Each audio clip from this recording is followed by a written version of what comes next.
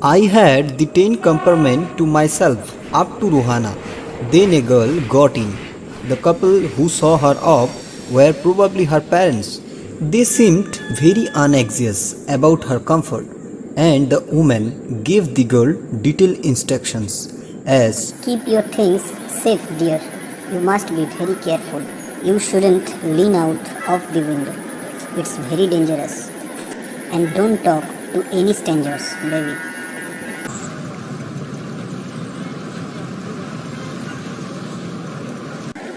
Bye, mom. goodbye, baby. Goodbye, dad.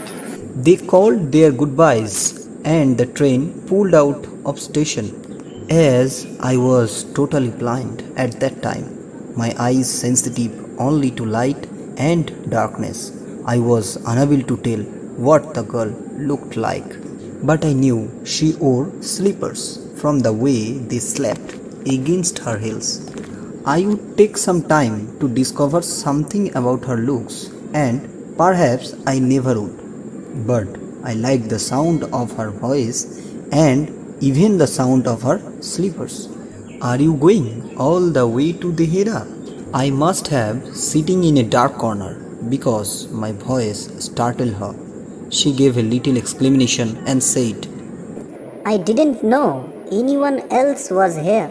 well, it often happens that people with good eyesight fail to see what is right in front of them. They have too much to take in, I suppose.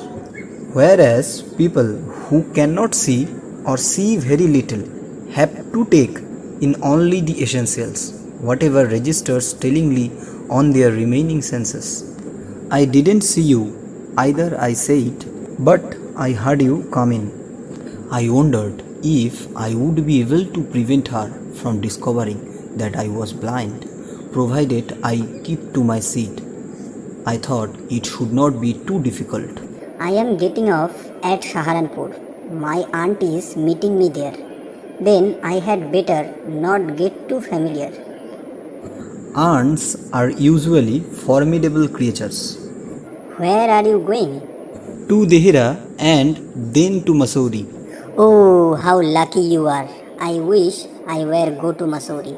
I love the hills, especially in October. Yes, this is the best time, I said, calling on my memories. The hills are covered with wild dahlias. The sun is delicious, and at night you can sit in front of a log fire and drink a little brandy. Most of the tourists have gone, and the roads are quiet and almost desert. Yes, October is the best time. She was silent. I wondered if my words had touched her or whether she thought me a romantic fool. Then I made a mistake. What is it like outside? She seemed to find nothing strange in the questions. Had she noticed already that I couldn't see? But her next question removed my doubts. Why don't you look out of the window? I moved easily along the berth and fell for the window ledge. The window was open and I faced it, making a pretense of studying the landscape. I heard the painting of the engine, the rumble of the wheels, and in my mind eye, I could see telegraph post passing by. Have you noticed? I ventured that the trees seem to be moving while we seem to be standing still. That always happens. Do you see any animals? No, I answered quite confidently. I knew that there were hardly any animals left in the forest near the Hera.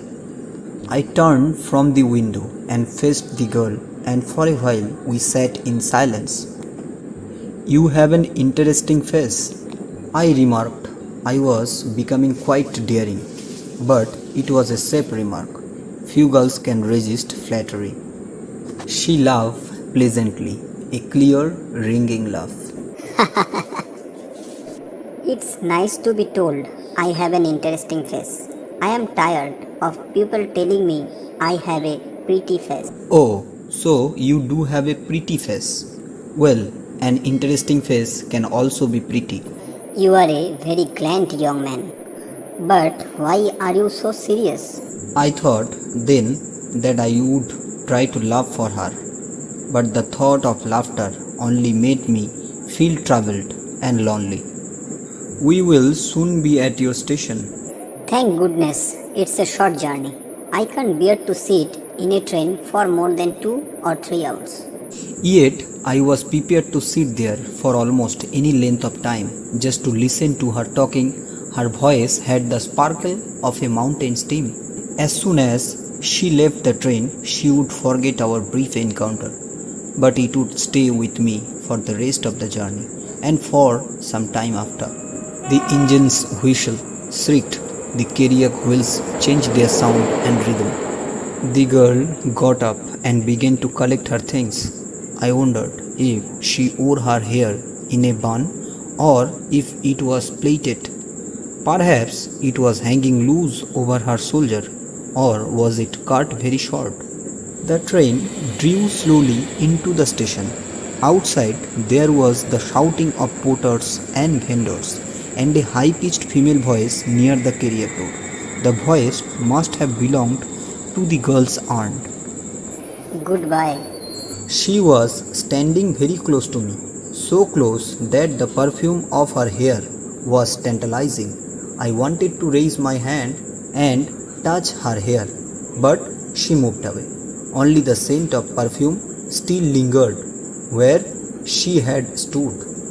There was some confusion in the doorway. Oh, sorry. I am so sorry. I didn't see you. Sorry, I couldn't see you either. Then the door banged and the world was shut out again. I returned to my berth, the guard blew his whistle and we moved off.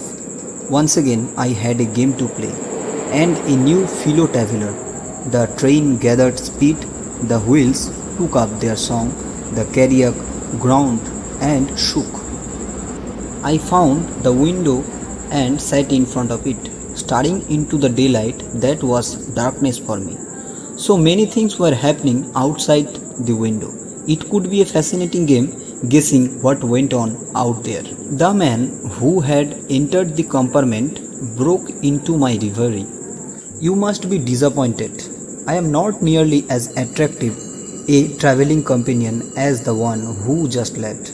She was an interesting girl. Can you tell me, did she keep her hair long or short? I don't remember. It was her eyes I noticed, not her hair. She had beautiful eyes, but they were of no use to her. She was completely blind. Didn't you notice?